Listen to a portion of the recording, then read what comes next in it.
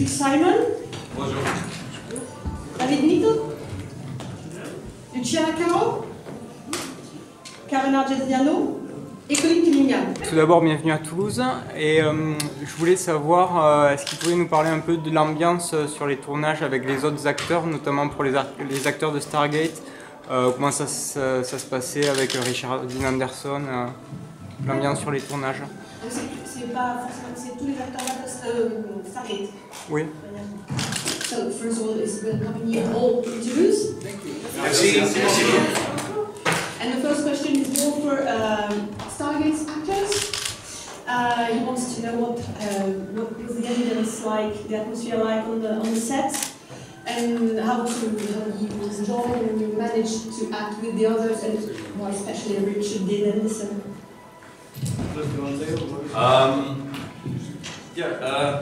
Bonjour. You know, for me, not being regular cast, being a guest star on the show, I very quickly on the set I found myself feeling like I was regular cast because it was always, we were always welcomed back. Ce qu'il explique, c'est que comme il n'était pas, c'était pas un acteur qui avait un rôle régulier, récurrent, qui était juste à l'occasion, ce qu'il a beaucoup apprécié, c'est que malgré cela, il s'est quand même senti faisant partie de la famille. It was always good to, they welcomed us, including Richard Dean Anderson was always, they were very welcoming.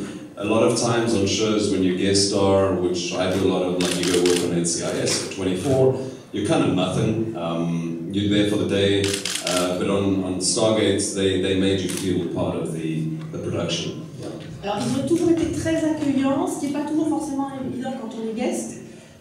Et par exemple, Chris Simon a travaillé sur NCIS et sur 24 pour une journée ou deux, donc on n'a pas vraiment l'impression de s'intégrer. Là pour le coup, c'était vraiment très accueillant et très agréable.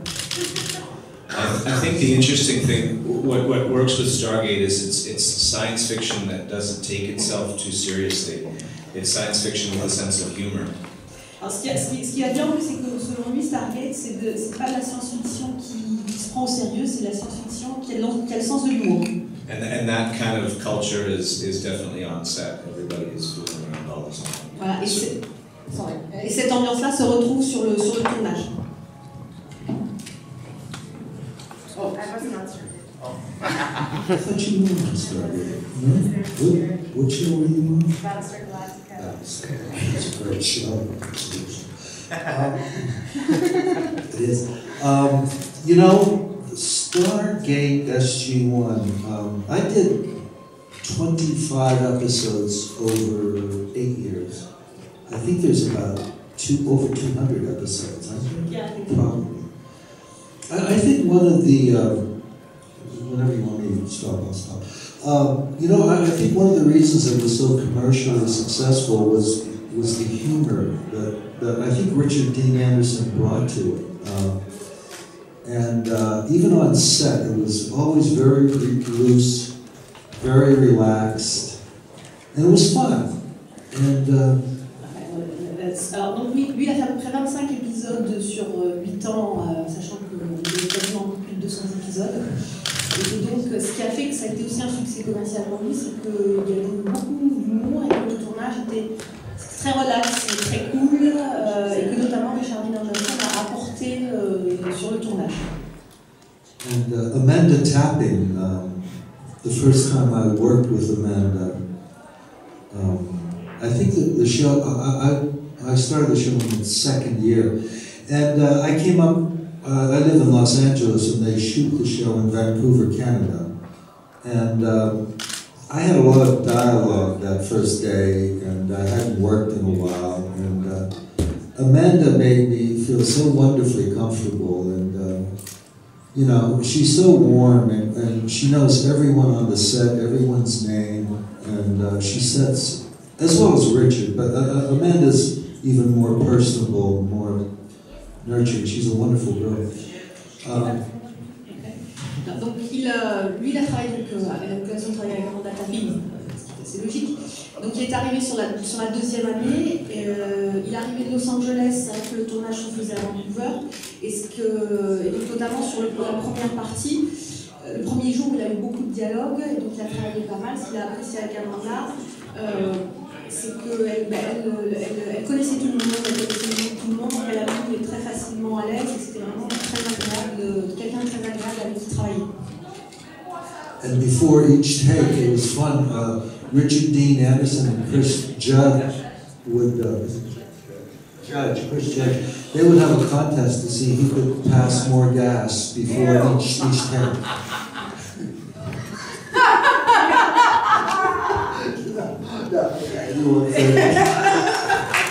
Did you understand that? It's true. How do you say that in French? Yeah.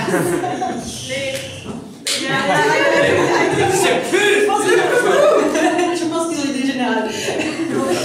Notamment, ce qui explique, c'est que avant chaque prise, il y avait toujours un petit moment de détente et notamment Richard Dean Anderson et Chris Judge, qui prenaient, semble-t-il, un malin plaisir à laisser partir quelques vents. Voilà, comme ça. Et du coup, voilà, c'était.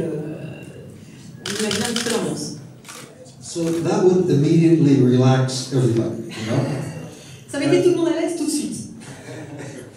So there was a great element of fun, and it was an excellently run show.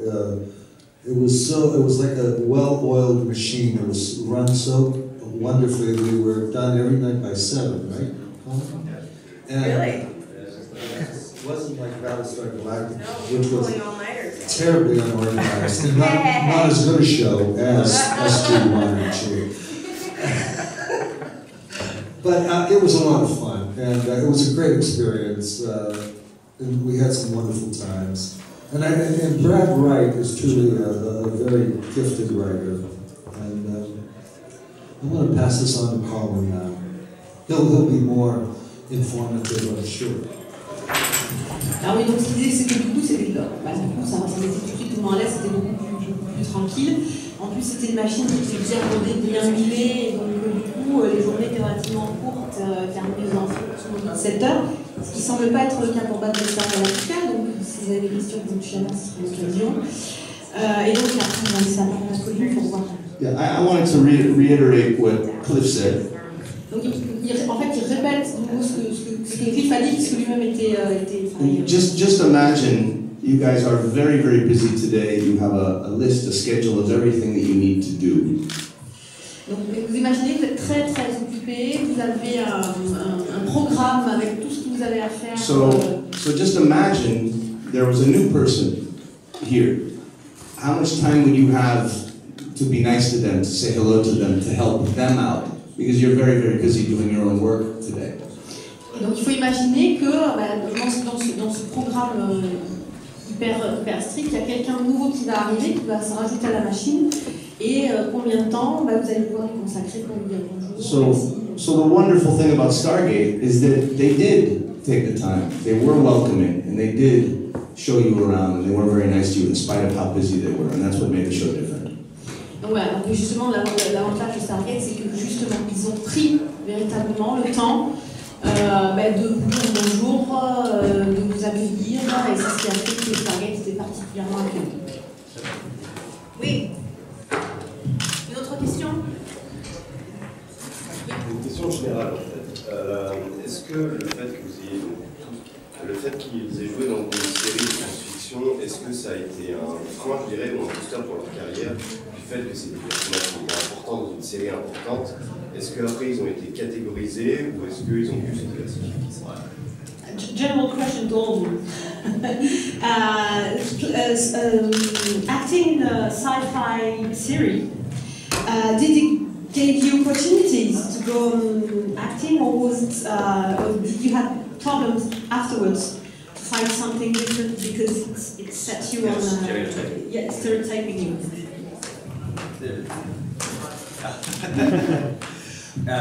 Oui, bien sûr. Most of science fiction I think is considered in TV land to be a particular corner, a little area, and it sort of works in on itself. And a lot of it that is shot up in Vancouver is science fiction, so it does give you opportunities to work in that genre more, certainly. Alors, en fait, effectivement, l'univers des séries de science-fiction, c'est un petit genre à part. Et beaucoup de séries qui se tournent sur Vancouver sont précisément des séries de science-fiction. Et ça donne des opportunités, mais effectivement, beaucoup plus dans ce genre-là que pour le reste. Just one thing to add to that last thing. I have heard that some fans have a game which is called Science Fiction Actor Bingo. Which actor is in which sci-fi series, because it's this group that keeps being used again. Alors, a priori, il y a des fans qui auraient un jeu qui s'appelle Science Fiction Actors Bingo. Bingo. Okay, donc, l'auto des acteurs de science-fiction, où chacun, semble-t-il, incarne un personnage d'une série de science-fiction différente, pour montrer bien que ça, réellement, ça forme un groupe à part. Well, I know, I won't say who, but one actor in particular on Stargate, one of the leads, after the show is finished, how long the show was it, 10, 15, 12 years, 8 years? 8 years.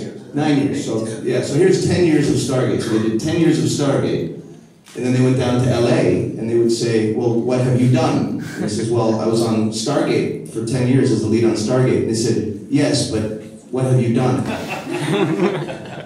Alors je traduis. Donc il y a un acteur, un des acteurs de Stargate qui a tourné la série à duré grosso modo 10 ans. Et lorsqu'il est revenu à Los Angeles pour d'autres rôles, on lui a dit mais qu'est-ce que vous avez fait? Il a dit j'ai tourné pendant 10 ans dans Stargate. Et on lui a répondu oui c'est bien mais qu'est-ce que vous avez fait?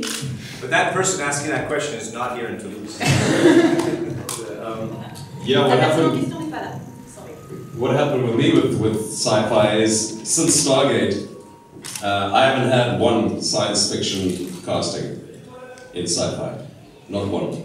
For any show, yeah. It hasn't affected me with other work, with like SCIS and 24, working on those shows, but within the sci-fi genre, I've never had one casting since Stargate.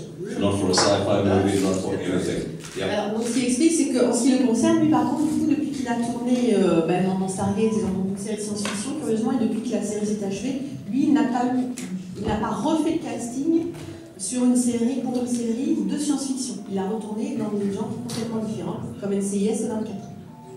For me, it hasn't limited my roles at all. I've been able to play a really big variety of creative characters, and but what is funny is that, you know, on Battlestar Galactica I played this, you know, feisty Viper jock who had a lot to prove, and ultimately that led to my role on Falling Skies, where I play a rebel outlaw resistance fighter, which I think is really funny because in real life, my friends always make fun of me because in real life I'm really pretty girly. I collect Barbie dolls and I collect teacups and Christmas ornaments and crystals, and so it's funny. They always make fun of me because I get to. What I really love is I get to show this other side of myself, which is actually really tough.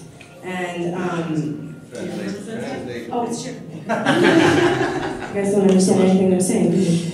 Donc, pareil, pour Luciana, ça n'a pas vraiment été un obstacle pour autre chose. Donc, dans Battlestar Galactica, elle faisait un pilote de Viper un peu grande gueule qui a ramené beaucoup. Et c'est ce type de personnage qu'il a amené sur celui de Falling Sky, où là aussi elle a un côté rebelle, hors la loi, un peu costaud.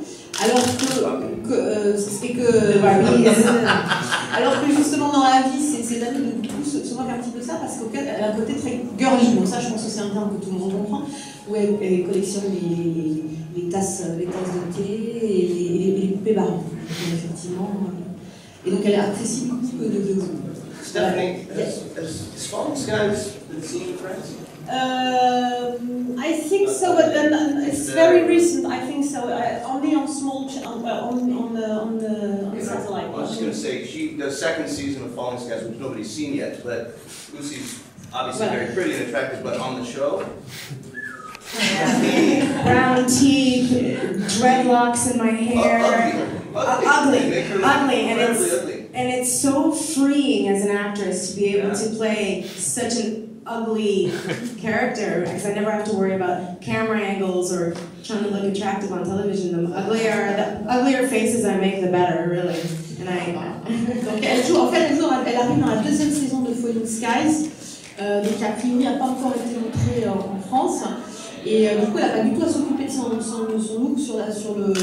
cette série, puisqu'en fait, elle est absolument moche, on va dire le terme, avec les dents noires, les dreadlocks. Donc, elle n'a pas du tout à s'occuper des angles de caméra, etc. I was just going to say, for most actors, it takes 2 hours to look pretty. For Lucy, it takes 2 hours to look like shit. Donc, pour la plupart des acteurs, ça prend à peu près 2 heures pour avoir l'air beau. Pour Luciana, ça lui prend 2 heures pour avoir l'air moche. Voilà.